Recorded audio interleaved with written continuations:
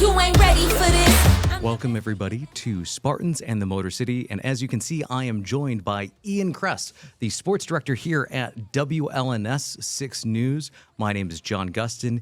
Ian, thank you so much for taking time out of what has turned into a very busy week or a couple of weeks here in the capital city of Michigan. Yeah, it's been a little crazy. Last week, it was a lot of Michigan State with 2 basketball games for the men's team. And then you have Pat Fiztgerald introduced as the new head coach for Michigan State. And then a huge donation comes in from Greg and Dawn Williams, $401 million, with $390 million of that going to the athletic department. So that kept us busy last week. And then, of course, this week, the big news is with Michigan and head coach Sharon Moore. Now, with that, this is a lot to talk about, and head coaching news is really the big thing.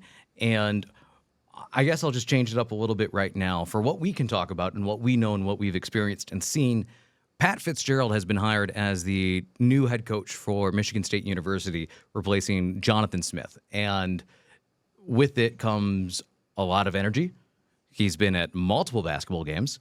And then the really big news, too, with a $400 million roughly donation to Michigan State University, with most of that going towards athletics or athletics adjacent. That is, I don't think I've seen that kind of money put towards NIL. And in this day and age, 300-ish is going to upgrades for Spartan Stadium. The renderings there are quite stunning of what they look like they're doing to the exterior, and of course there'll be interior updates as well. Some updates too with the Breslin Center. Looks like a new LED board at the upper deck, and then Jennison Fieldhouse as well, which is used for a couple different sports, volleyball and otherwise, getting some new construction, and then about $100 million going towards Spartan, the NIL, the Spartan Ventures is what it's called, which is a newly formed nonprofit entity that was signed off in the fall earlier by Michigan State. And I don't think I've seen, even if you want to chop down the $400 to $100 million, that's a lot for NIL. It's seed money, really, is kind of what it is. What does that mean for Michigan State athletics? I mean, football, it's gone through a couple different periods of the K-9 moment with Mel Tucker previously, 2021, and what would have been the equivalent of a BCS Bowl at that time. Double-digit wins to now Jonathan Smith. There's kind of a lull and some recruiting battles that weren't quite what people were thinking. And now this, I mean, it means a lot for both the transfer portal and new recruits. Yeah, I mean, I think it shows how serious Michigan State is about being a top 10 athletic department. I mean, they've had the capabilities of being that over the years. They have top 25 in terms of revenue and alumni when you think of teams all across the country. And they've been up in a lot of sports, men's basketball, women's basketball, hockey. But the last few years, it's been football. That's obviously the moneymaker that has been down in the ditches for a lot of years. And I think now they're realizing, like, if we want to be successful across the whole board, bring in a lot of money for this university, we got to take things seriously in football. And that obviously starts with Pat Fiztgerald coming in as the head coach. There's a lot of buy-in right now because of the energy he brings compared to maybe what Jonathan Smith had. You can see it, like you mentioned. He's been at the last 2 home basketball games, and you can just tell right away. He is going to get the players, the coaches, and the fan base fired up for Spartan football. Now, whether or not that results to wins, we don't totally know, but you know he's going to have the support now based on the money that's coming in with the donation from Greg and Dawn Williams. That's a lot of money. Universities are already going to be getting $20 million to give to their athletes because of the new rev share agreement that happened last summer. And so you throw that on top of all this money that's been given to the university. They know if you want to win, you got to spend a lot of money. They maybe were a little late to that party of realizing, like, oh, we got to spend a lot. You know, Ohio State kind of got the ball rolling and said, like, oh, we got to spend like $13 million to get our roster going. That has now gone up over the years because of just how competitive the market is. I mean, Bryce Underwood, allegedly the Michigan quarterback, $12 million for him to come in, and he was a little underwhelming as a freshman, true freshman at that. So, like, you knew there was going to be some growing pains. 13th in the Big Ten at pass attempts, I believe. Yeah. So, I mean, it was a little weird situation there. Makes a lot of money. That was always going to be the headline. But, you know, he's a true freshman at the end of the day. It doesn't matter if you're the top overall player in the class or your recruiting class. there's going to be growing pains, especially at the quarterback position. When you're thrown into that on the road against certain teams like Oklahoma week 2, that was always going to be a tough game for Bryce Underwood. He's not playing Howell in Michigan in the high school playoffs. Like, this is a totally different situation. And so it's just the game has changed in terms of you need money to win. It's unfortunate a lot of times that is kind of what it's gone to. I think a lot of people wish it was you bring in a guy, you develop him for 2 years, and then by the time he's a junior, he's this stud. And when he's a senior, maybe he's a All-American or something like that. I feel like that's sort of gone by the wayside where guys are not as patient to wait for that second or third year to really get their chance. And so it's just the game has changed, and Michigan State has adapted to it pretty quickly. The other part with all this, too, is that there isn't a salary cap in college football. In the pro sports right now, with Michigan State University, comparatively, I mean, the graduates of Michigan State University are dealing with salary constraints. They have collective bargaining in the NBA, NFL on saying, this is how much someone could get paid and this is how much you can spend on your roster. Right now, it's basically you get this revenue sharing money, and then it's whatever your boosters are willing to tolerate, which kind of feels at a certain point. I was seeing jokes talking about Penn State. The report came out that Penn State got rid of James Franklin because they viewed the threshold as basically championships are the standard or competing for championships. And Penn State University was not going to compete for a championship this year, so they let James Franklin go. And then there was a coach from BYU whose name I cannot pronounce off the top of my head, but has done a wonderful job with that program. And Penn State was beat out because the CEO of Crumble Cookie is apparently a major booster for BYU compared to Penn State. And it's changing. I know college athletics has always been changing, and that you've got jokes, too, about Indiana's turnaround from how competitive they were for decades, and that now they won a Big Ten title for the first time since the 70s. Something like that, yeah. And that their record going 11-1, another joke was along the lines of that as soon as Indiana realized you could pay players, this is where they were, which meant that for the previous decades, they didn't realize everyone else was paying players under the table. There's some stories about money in McDonald's bags, depending on the program and things like that. And there is transparency now, which I think is better. It's safer. There's protections for people. You can have people review things. But at the same point in time, too, there's no limit right now. It's just whatever your boosters are willing to go to. Yeah, I think what was interesting with the revenue sharing is like everyone in the Power Four is going to get the $20 million, but you knew like from the start, like Alabama in football is not going to be at the same level as Purdue with this $20 million. They're going to get more money. They're going to find ways to bring more money in, whereas, a program like Purdue or, Indiana even or whatever, they're going to probably struggle to bring in extra money, whereas a program like Alabama or even Ohio State, where football is everything, they're going to do everything in their power to get more than that 20, and I think you're going to start seeing that where this is just sort of the base level, the 20 million from the revenue sharing. Everyone basically just starts at zero at this point, and it is funny just how there is no rules for this now. I think it's kind of gotten out of control a little bit, but it's the way it's going right now, and teams are trying to do their best to take advantage of it. I think with Indiana, their story right now is pretty unique where they don't have like maybe these big headliners that like they bring in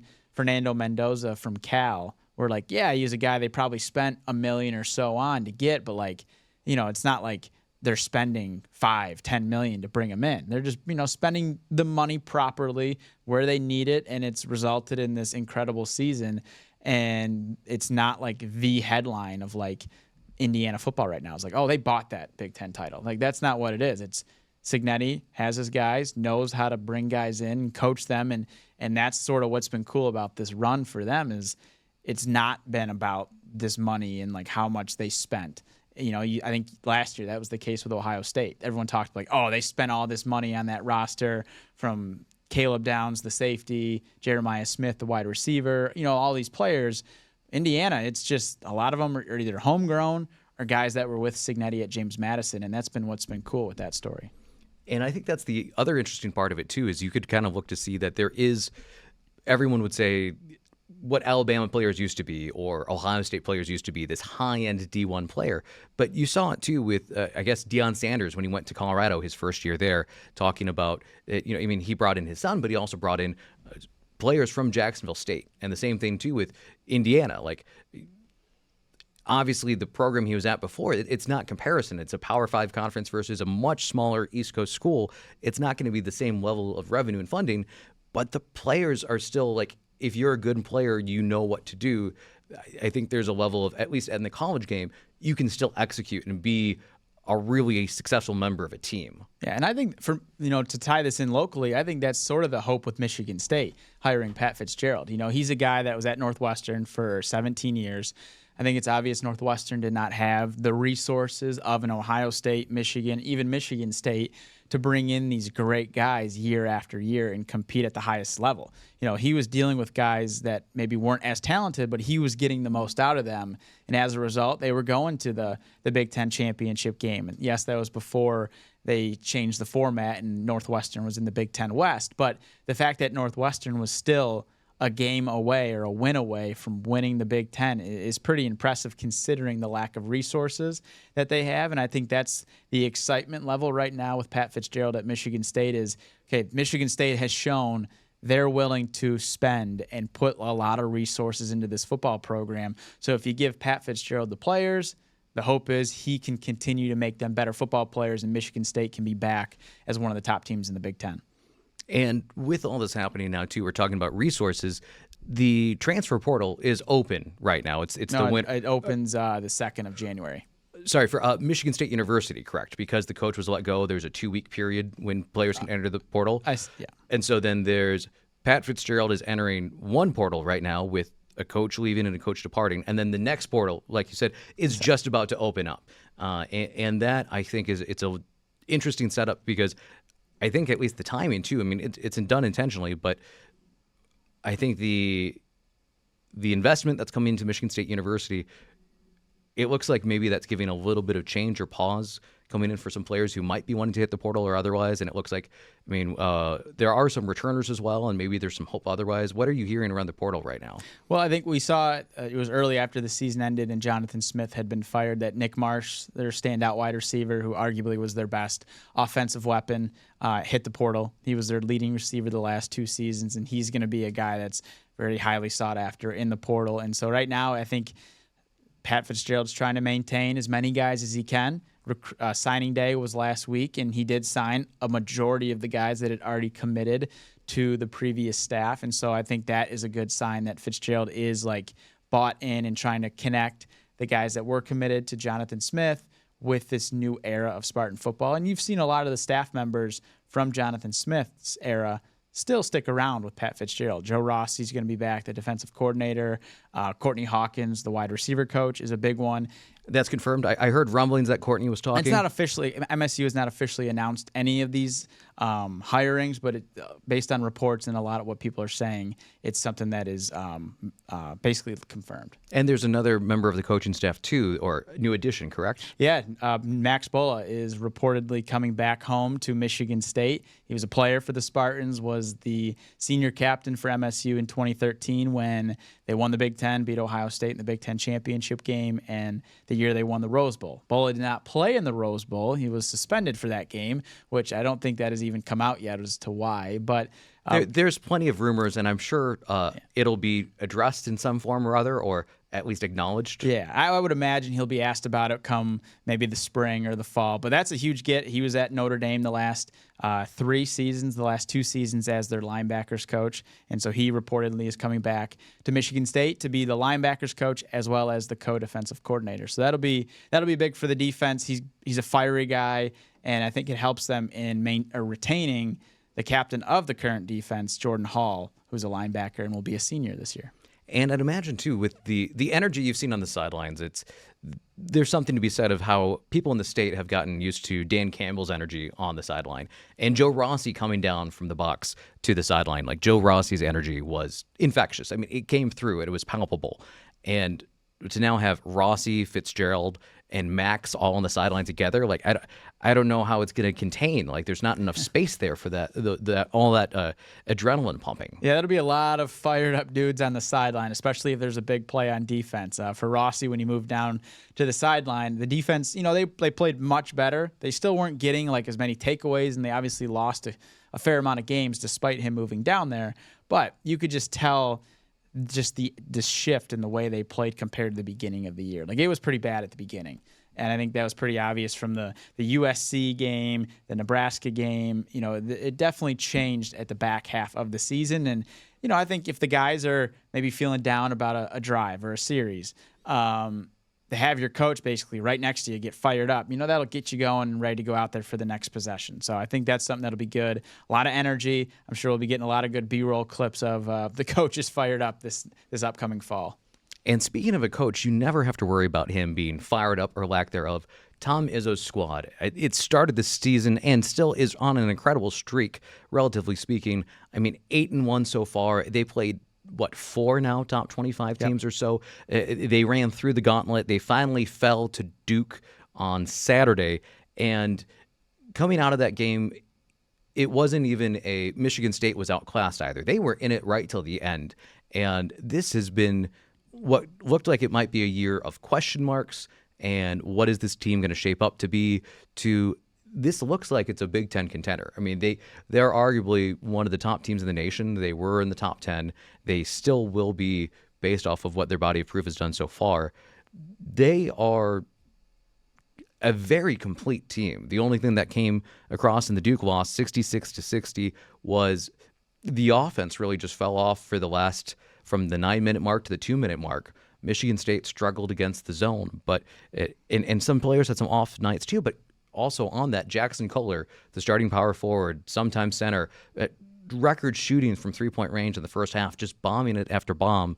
Just looking right now, taking the temperature of Michigan State University, looking at it right now, I think, at least, am I wrong to think that they are, if not a strong favorite for the Big Ten title, they're right up there among the top 3 in the Big Ten and a top 10 program in the nation? Oh, absolutely. They're definitely in the top 3 of the Big Ten, I would say. I think right now with the way Michigan's playing and how they are just blowing out team after team, I think they would be currently the favorite to win the Big Ten. Purdue's obviously a solid team. They got veteran guys, a veteran point guard. But with Michigan State, they still have a lot of experience from last year's team that won the Big Ten by 3 games, made it to the Elite 8. You're talking Jeremy Fears, Carson Cooper, Jackson Kohler, and Cohen Carr. They're all guys that were a part of last year's run. Now they have different roles a little bit this year in terms of maybe having to do a little more scoring, that type of thing. But, you've seen early in the season, Jackson Kohler, like you mentioned, against Duke. He had 4 threes in the first half. Now he struggled in the second half, but, he still showed you what he can do. He's more than just a guy that can be inside. He can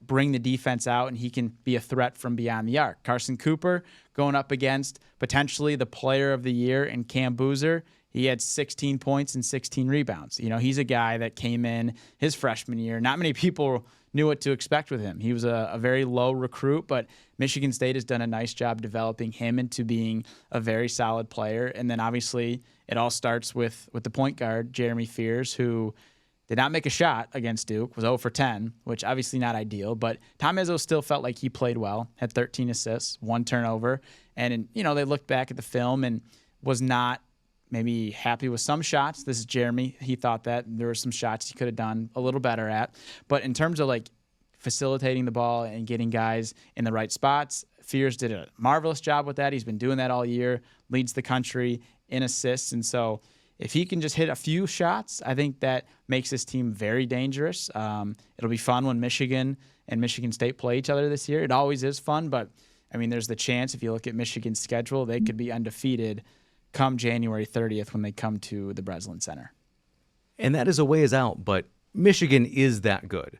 And it was a little interesting to see the rankings of that. Michigan State was, I thought, at least up until the point, had a better resume because they had played higher ranked teams. They weren't just blowing a top 25 team out. They were beating top 15 teams, and they were undefeated. But I would say with the loss to Duke, and you can see a little bit of the separation there, that Michigan, I think, deservedly at the moment has that number 1 spot. But it's neck and neck. It's going to probably be, if everything works out, a coin flip. But I think part of that, too, comes down to developments, evolution, adjustments. Something I was always kind of frustrated and have been a little as just a watcher of Michigan State offense the last few years has been that it's still very traditional, 2 bigs in the post, grounded out physicality. And it almost feels like, even watching the NBA now, it's come back in vogue of that the numbers game that happens with 3-point shooting. This team has obviously had some games where they've had less 3-point shooting, but there is also something to be said, too, of if you grab every single rebound and you score off of that, it is also a good way to win a basketball game. Oh, yeah. I mean, they're tough. I mean, their motto is defend, rebound, and run, and they got guys that are just tough and bruisers in there. You know, you think of Jeremy Fears, he's a physical guard. Cam Ward, their freshman, he is as tough as they get. He can go and get a board. Jackson Kohler, obviously, and Carson Cooper are very solid in that. So I feel like Izzo, he's doing it his way. It's maybe not a traditional way, but you've seen it's worked over the years. Last year, you know, his 30th year leading the program, turned 70, and he's going to be 71 in a little bit.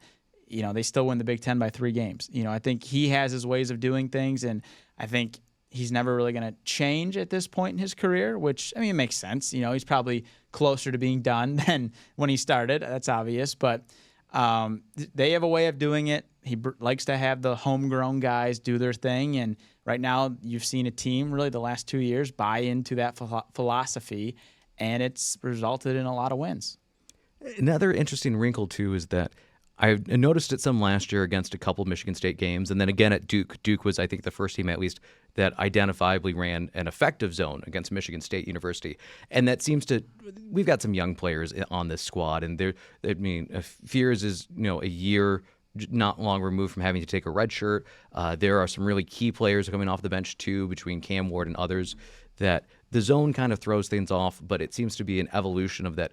Last year, they seemed to get more comfortable with it the more they played against it.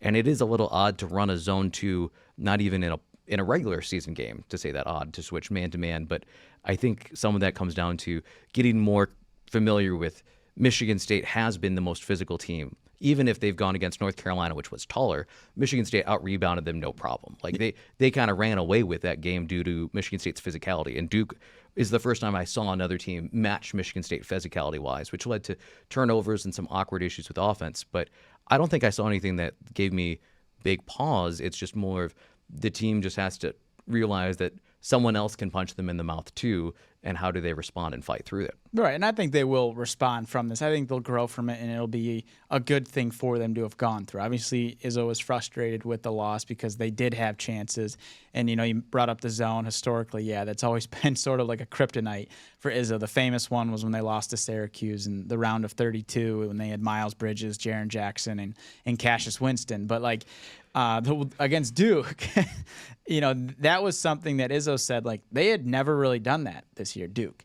And they basically did it in the middle of the second half. They switched. And so it sort of like threw MSU off guard a little bit, which makes sense. If that's something they really haven't done all year, you probably didn't prepare as much for it.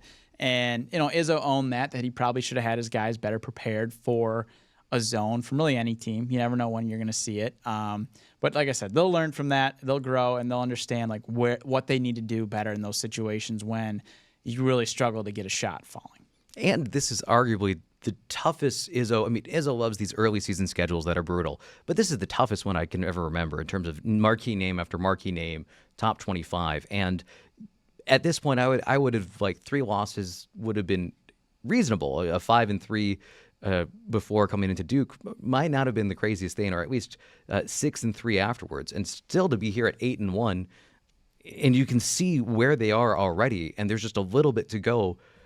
March is going to be crazy. Yeah, I mean, you think of the 4 games to start the season, those non-conference games of Arkansas, Kentucky, North Carolina, and Duke. Yeah, I probably thought maybe 2-2 was what they would go.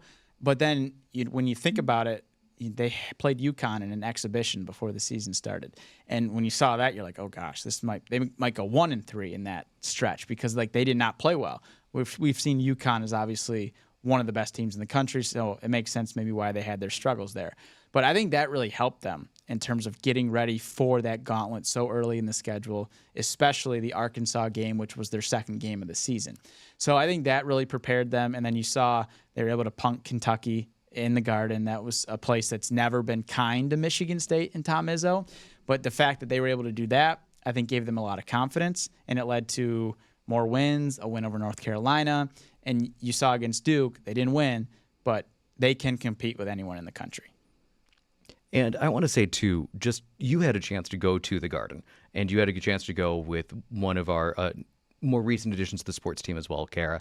And to see you guys on the floor of Madison Square Garden, it was really cool. Like, I know everything else around it, but just to see you there, has that been your first time at the Garden? It was, yes. First time at the Garden and only second time in New York in my life. So that was like, I think that was probably the coolest thing I've done in my early stages of my career, I would say. That was pretty cool. There's so much history and otherwise, and then to see Michigan State actually come out with a win, while supposed to be neutral in this, but this is just a team from the area, the team we're with. Very interesting to see that win come out of it too. That and not a loss or a dejected Izzo press conference or stress, but a team coming out of it and the players coming out of it with a happy memory and happy moments. Oh, and then for the fan base too, the fans watching here, like they got to see that. And MSU travels. I heard the chants through the radio and through the TV. Oh yeah, there was "Go Green, Go White" chants in that second half. There's a lot of green. I mean, there's a lot of blue too for Kentucky, but towards the end of the game, Michigan State definitely took over. And yeah, it's always more enjoyable, in my opinion, when you get to cover a team that wins. It's not so much about who it is, but like, you want to cover a winning team because the head coach is happier when you get to go in the locker room after the game. The players are much more happier to talk to you, so it's always good. Yeah, I was in the locker room after the 2015 Cotton Bowl loss, and it was like there was a death in the family. There's no one wants to talk. Because what do you ask a player in that situation? Hey, you just got your butt whipped by Alabama. Here, let me stick a microphone in your face. No, the soundbite is it writes itself of that sucked. Yeah. And to have someone happy and have it a joyous experience, because these are also young men too. These aren't just professionals. These are people experiencing some of these first in their lives for a lot of that time too. That would have been the first time these players had to have this. So to be there for someone's first moment on a human level is really exciting. Now we're running a little bit out of time here, so we're going to do a quick hurry up on a couple things here. We talked about pro sports. Question for you then. Hurrying through, Lions right now, they had a must-win game against the Cowboys. They won it. They pulled away late. It was close. They needed that to continue their playoff run. I think it jumps up their playoff odds per ESPN to 47%. Just yes or no, and a quick why. Do you think the Lions make the playoffs? Can they make a run? Well, they can make a run. Do you think so? But the division is loaded. Yeah, the division's loaded. The Packers seem like they're going to win the division, but I think there is a path to get in. They play the Rams this week, which won't be easy. If they lose that, I don't think it's the end of the world. They still have the Bears at the end of the season, and they beat them once. If they can beat them again, I think that'll be a game where it's like you win, you're in. And it doesn't help either that some of the wins picking up. Tampa Bay, I think the last I saw, was leading its division. They were like a 7-5 team. Like, you're looking at it too, where the Lions can still have a really good year and not make the playoffs because, one, their schedule is harder with how the NFL scheduling works. There's the departures with the coaching, and then there's the division so loaded that the Bears and the Packers can make the playoffs. There's the Rams and the Seahawks. You can have so many teams from one division load into the playoffs, eat up the wild card spots that there's a very good chance, a scenario that the Lions will have a better record than some teams that make the playoffs in either the AFC or the NFC. Yeah, I mean, you saw last year at the end of the regular season, the Lions and Vikings met for the number 1 seed, the NFC North title. Lions win, Vikings lose, and the Vikings are like a 6 or 7 seed in the NFC. It's like, geez, you go from potentially being the 1 seed to like the last seed in the playoffs, and that's just the nature of how the format works. It's unfortunate that they could have a better record than 2 division winners, but that's reality in the NFL. And you can only play the teams in front of you, at least at this point. There's nothing more to be done now, but at least to see the Lions offense come alive. And Amon-Ra, when he came out of the tunnel initially, he was walking, and I saw that. And I'm like, oh no, well, maybe he's just out here as a decoy. And then he sprinted. And to see him, I thought he was going to have maybe not a season-ending injury, but a very season-limiting and maybe miss a few games. To see him come back, that was amazing. Moving on to the other talk of the town right now, MLB postseason, not even postseason, off-season, and deals are happening. They're coming fast and furious.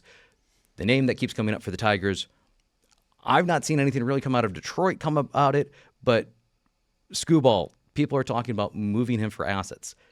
If I'm a fan, and I am blatantly a fan of the Tigers, it's been amazing to watch the last 2 years of this Tigers team after the rebuild that they went through.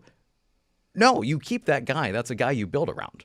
That would make sense. I mean, that's, I think, what a lot of fans are worried about, that they're going to end up moving on from him. Now, I understand in a little bit why maybe they would trade him, because he's going to cost like $400 million. And it's like, do you really want to pay a pitcher that much money when he might only have 4 years left in the tank. You know, we kind of saw with Cabrera, they gave him that big contract, and the last 5 years were not great. And so I can see why maybe they're a little hesitant to do it. But at the same time, it's what's the point then of developing these guys that you draft that are in your organization? They could have got a deal done a while ago and had him locked up for a little bit. But, they've waited. Now he's won 2 straight Cy Youngs. The price just kind of keep going up and up and up. And so I hope they don't trade him as a fan myself, if I'm being honest. But if they do, they better get a good haul for him, because there's going to be a lot of fans that are out on the regime, Scott Harris, and the Ilitch family. And that's a player you get assets.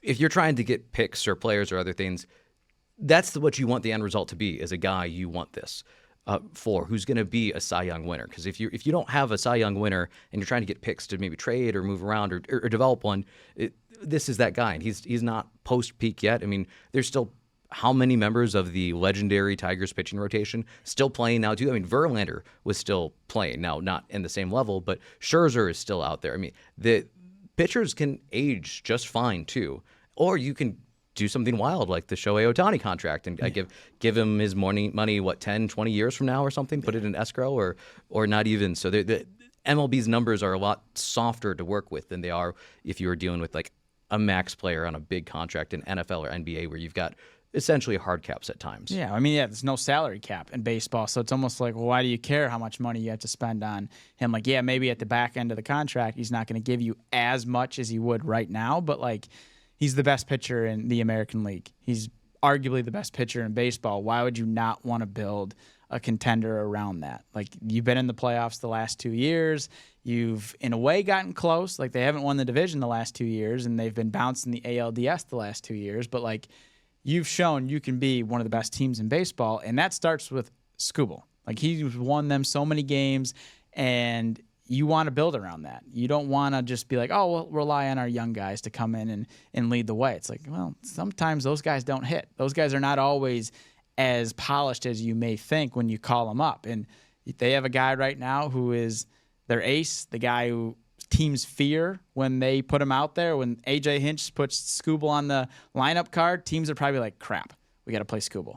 But we'll see how the whole situation plays out. And this isn't a situation like the A's or the Lakers, or where the ownership is cash poor. The Ilitch family, I mean, how much of downtown Detroit has Little Caesars on it, or the logo? There are resources that the Ilitch family has. This isn't their only business. The Lakers family, the Bus family, their business was basketball, and that was their revenue generator that they fed back into it. This is a family that, when they want to step on the gas, they can. Oh, yeah. And they have done so in the past too. I mean, the legendary pitching lineup and everything there, between Fielder, Cabrera, Scherzer, Fister, Prince, they've done it before, and they can do it again for the right team. Yeah. And I think it's just the question of, I think Skubal is the right player. It's just now, what does the rest of the roster look like, and how do you invest in that? But we'll see. No crazy deals have been signed yet, but there is plenty of busyness happening coming forward. Ian, what's next up on the plate for you? Well, today, we're still going to focus on Michigan State basketball. They're getting ready to resume Big Ten play on Saturday. A week off and lots of rest for everybody, you and the team? Yeah, a little bit, yeah. They play at Penn State on Saturday. We will have also, I'm trying to think, what else do we have going on?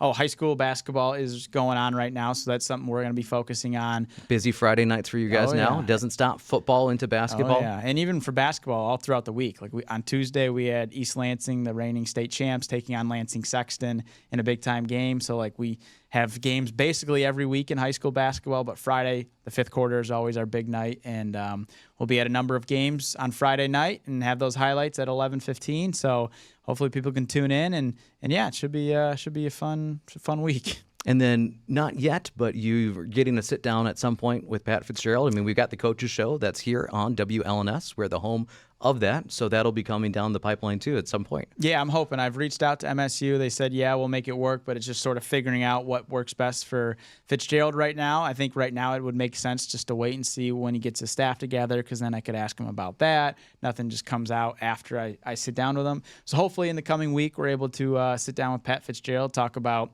his first few weeks on the job at Michigan State and how things have been going. And yeah, it should be exciting. He's a very energetic guy. I'm looking forward to interviewing him. And he's also in the process of probably moving. Everyone's Yeah, coming I over would here imagine. too. Yes. Though I don't think he's probably going to do the Harbaugh of the RV outside the stadium and walk in. Probably not. He's probably going to find a nice place in East Lansing or Hazlitt or wherever nearby to find a spot. I think it took even like Jonathan Smith a few months for them to get everything moved from, well, granted, they were on the West Coast, to come to East Lansing. But, it takes a minute for coaches to move and settle in and get everything figured out. So I'm sure that might be even like a summer thing by the time he and his family are officially moved in.